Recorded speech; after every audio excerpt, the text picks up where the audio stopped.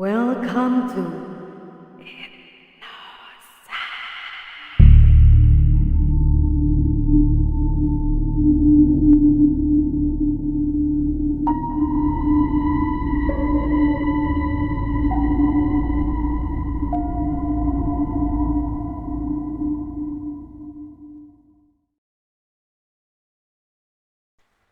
Assalamualaikum warahmatullahi wabarakatuh. Selamat malam semua, kawan-kawan Innosiders dimanapun kalian berada. Selamat datang kembali di channel Innoside. Sebelumnya, saya mengucapkan terima kasih kepada kawan-kawan Innosiders yang udah mensupport dengan subscribe, like-nya, nge-share, dan komentarnya di kisah seram sebelumnya. Dukungan kawan-kawan semua membuat kami lebih semangat dalam menayangkan kisah seram yang lebih menyeramkan lagi. Terima kasih banyak. Dan ini adalah kisah seram keempat di Innoside. Kisah ini dikirim dari seorang sahabat, dan ini adalah kisah nyata yang dialaminya sendiri. Sebut saja namanya Yani. Dan nama-nama tokoh dan juga tempat dalam cerita ini sudah disamarkan untuk menjaga privasi. Yani adalah seorang wanita yang baik, ramah, dan pekerja keras. Dia bekerja di salah satu perusahaan swasta di Jakarta sebagai accounting. Yani sudah menikah dan sedang hamil anak kedua. Saat itu, usia kandungannya masuk di usia 7 bulan. Dan anak pertamanya perempuan. Yani tinggal di kawasan padat penduduk dan jarak pintu rumah ke jalanan itu sangat dekat. Sehingga sangat mudah bagi Yani dan keluarganya untuk melihat ketika orang berlalu lalang melewati depan rumahnya. Di depan rumah Yani saat itu adalah tanah lapang bekas area kebakaran di tahun 2010. Yang kemudian sementara waktu digunakan suami Yani untuk usaha menampung barang bekas yang masih bisa didaur ulang. Kalau sekarang biasa disebut bank sampah. Dan kalau malam hari pencahayaan di area itu agak gelap karena lampu yang redup. Yani mempunyai sahabat dekat yang rumahnya sekitar 100 meter dari rumah Yani. Sebut saja namanya Titi. Titi sangat baik pada Yani. Begitupun sebaliknya. Mereka kenal sudah cukup lama. Anak pertama Yani dan anak Titi pun adalah teman sepermainan. Titi dan suaminya mempunyai usaha menjual bebek potong yang setiap hari dia jual di pasar dekat rumahnya. Malam itu, sekitar pukul 6:30, Yani baru pulang dari bekerja. Kemudian, Yani langsung masuk ke kamar mandi untuk berwudu dan kemudian sholat maghrib. Selesai sholat, Yani yang kelelahan setelah bekerja seharian merasa ingin merebahkan tubuhnya di sofa tamu.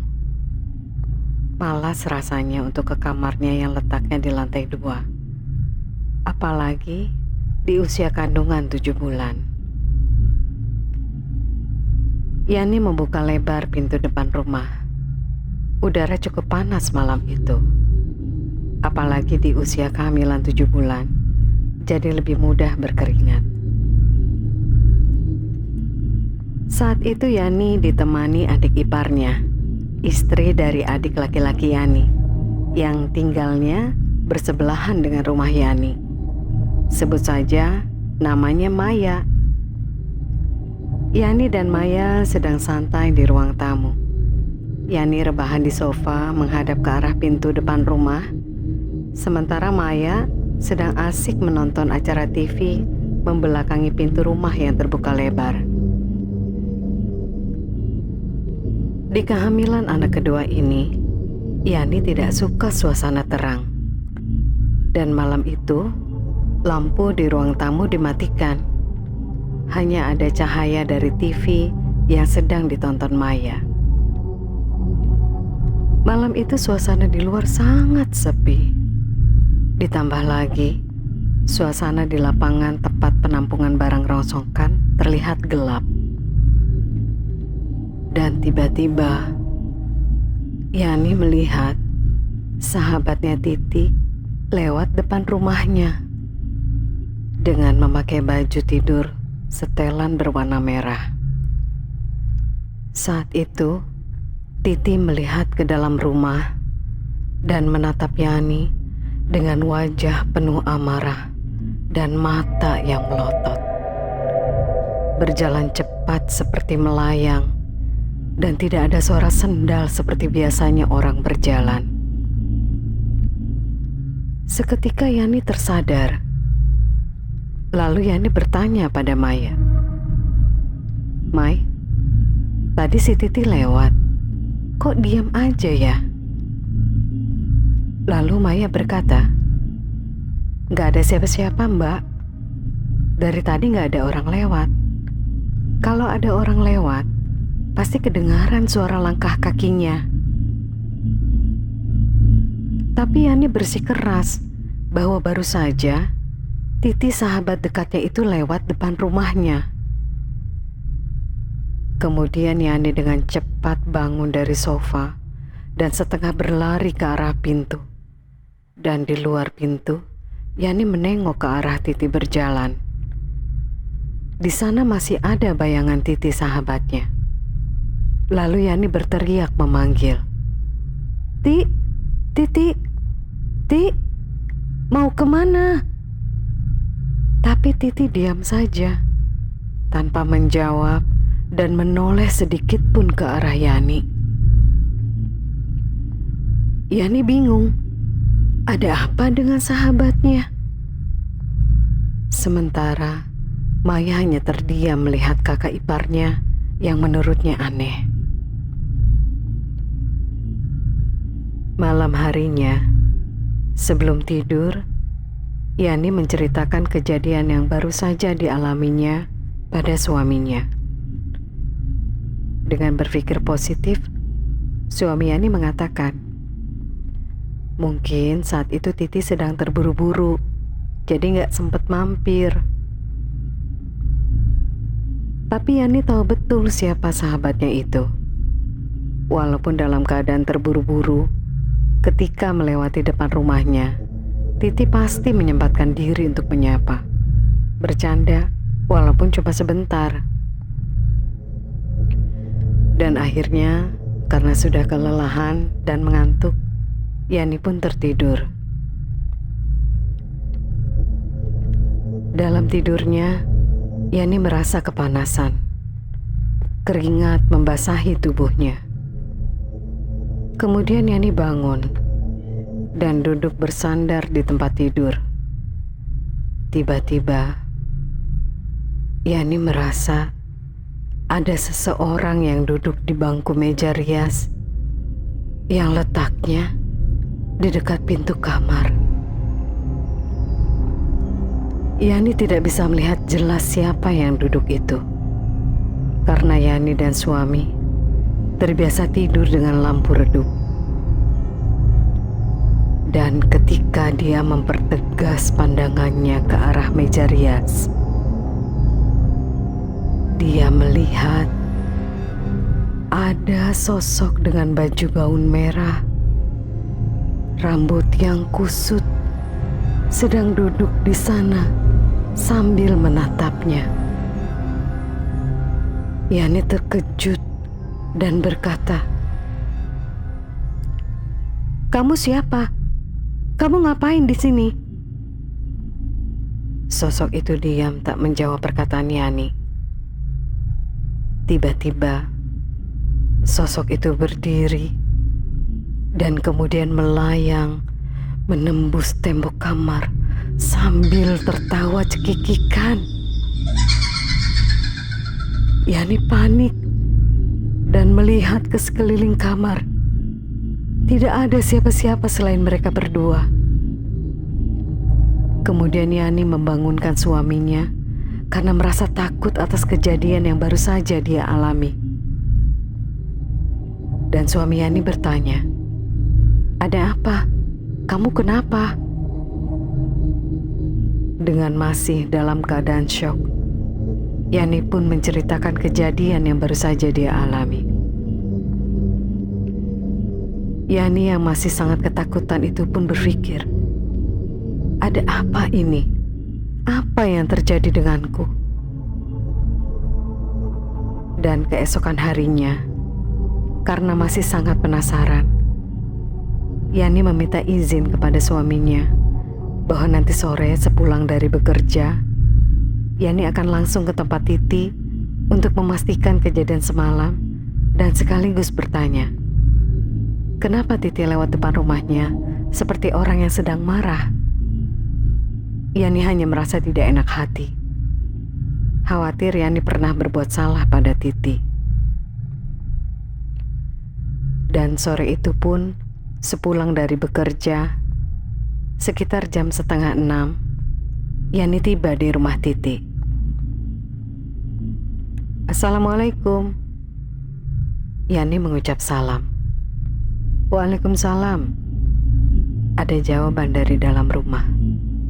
Ternyata itu adalah Lukman, suami Titi. Kemudian Yani langsung bertanya, "Maaf mas, Yaninya ada?" Lukman menjawab, "Ada di dalam." "Ada apa nih? Tumben sore-sore gini ke rumah?" Gak lama setelah itu, Titi pun keluar dan menemui Yani. Kemudian Yani pun menceritakan kejadian kemarin malam kepada Titi dan Lukman. Setelah mendengar cerita Yani, Titi dan Lukman merasa heran. Dan Lukman berkata, "Gak mungkin, Mbak. Alhamdulillah, kemarin itu Titi dapat pesanan bebek potong dalam jumlah yang sangat besar. Dan selesai hingga selepas zuhur. Setelah itu, karena kelelahan, dia langsung istirahat. Tidur di kamar sampai sore. Dilanjut makan malam. Setelah itu, Titi tidur. Biar besok fit pada saat berjualan katanya. Tapi Yani bersikeras bahwa yang dilihatnya lewat depan rumahnya kemarin malam itu adalah Titi. Dengan wajah penuh amarah, memakai baju tidur setelan berwarna merah. Kemudian, tiba-tiba Titi masuk ke dalam kamar. Tidak lama setelah itu, Titi keluar kamar dengan membawa baju tidur berwarna merah dan menunjukkannya kepada Yani. "Baju tidur inikah yang kamu maksud, Yan?" Yani pun menjawab, "Iya bener, Ti. Baju ini yang kamu pakai semalam." Titi pun membalas, "Bagaimana mungkin, Yan? Kamu lihat sekarang, tubuhku sudah gempal. Sementara baju ini adalah baju lama yang sudah tidak aku pakai karena sudah kekecilan." Dan Yani pun memperhatikan baju itu. Ternyata benar, baju itu sudah sangat kekecilan jika dipakai Titi. Seketika itu pula, Yani merasakan bulu kuduk yang berdiri. Gak percaya dengan apa yang sudah Yani alami. Lemas tubuh Yani. Tapi Yani tetap bersikeras dan berkata, "Demi Allah, Ti, saya melihat dengan mata kepala saya sendiri. Sangat jelas Titi lewat depan rumah, menatap saya dengan penuh amarah." Dan suami Titi pun tetap bersikeras. Dia sangat yakin bahwa istrinya Titi kemarin tidak pergi kemana-mana dan hanya istirahat di rumah. Yani terdiam, bingung mengalami kejadian seperti ini. Dan Yani berkata, "Lalu, siapa sebenarnya yang lewat depan rumahku semalam?" Mereka semua terdiam. Kemudian Titi berkata pada Yani, "Yan, kamu kan lagi hamil besar. Kamu suka bawa bangle enggak?" Ada mitos di masyarakat kita bahwa kalau orang hamil sebaiknya membawa bangle. Tapi karena Yani termasuk orang yang tidak mempercayai mitos seperti itu, dia pun merasa tidak perlu mengikuti cara itu. Yani percaya bahwa Allah akan melindunginya. Dan akhirnya Yani pun pulang dengan perasaan yang masih kebingungan. Malam harinya, sekitar pukul 11 malam, ketika hendak beranjak tidur, seperti biasa, Yani membersihkan diri di kamar mandi. Saat itu, lampu ruang tamu sudah dimatikan. Dan ketika Yani keluar dari kamar mandi dan hendak naik ke lantai 2 menuju kamar, Yani melihat ada sosok wanita bergaun merah sedang duduk di anak tangga sambil menyisir-nyisir rambutnya yang panjang tak beraturan sambil menunduk. Tak lama kemudian, sosok itu pun mengangkat wajahnya, pucat dengan mata hitam legam menatap ke arah Yani dengan sambil tertawa cekikikan. Seketika Yani berteriak sekencang-kencangnya dan tubuhnya pun lemas. Yani terduduk di lantai dan menangis. Tak lama kemudian, suami dan anak perempuannya turun dari lantai 2, menghampiri Yani yang sedang menutupi wajahnya dengan kedua tangannya dan menangis terisak-isak. Keesokan harinya, Yani tidak berangkat ke kantor. Kondisinya masih sangat syok dan lemas akibat kejadian semalam. Mendengar kabar Yani seperti itu, Titi datang ke rumah Yani dengan membawa bangle yang sudah disematkan dengan peniti. Titi meminta Yani memakai itu selama kehamilan. Apalagi sudah diketahui dari hasil USG bahwa si jabang bayi berjenis kelamin laki-laki. Karena ada mitos lagi yang mengatakan kalau hamil anak laki-laki itu disenengin sama makhluk gaib, manis dan wangi katanya. Dan Titi menambahkan, untung saja saat itu ada Maya yang menemani Yani di ruang tamu. Jika saat itu Yani sedang sendiri, kemungkinan besar malam itu Titi palsu akan menemani Yani dan mungkin akan membawa Yani entah kemana. Ya, demikian kisah seram kali ini. Terima kasih kepada Mbak Yani yang sudah membagikan kisah seramnya kepada Innoside. Semoga bisa menjadi pelajaran untuk kita semua. Dan terima kasih kepada kawan-kawan Innosiders yang sudah menyimak kisah ini sampai selesai. Dan mohon maaf jika ada kesalahan dan kekurangan dalam membawakan kisah ini. Nantikan kisah seram berikutnya di Innoside. Wassalamualaikum warahmatullahi wabarakatuh.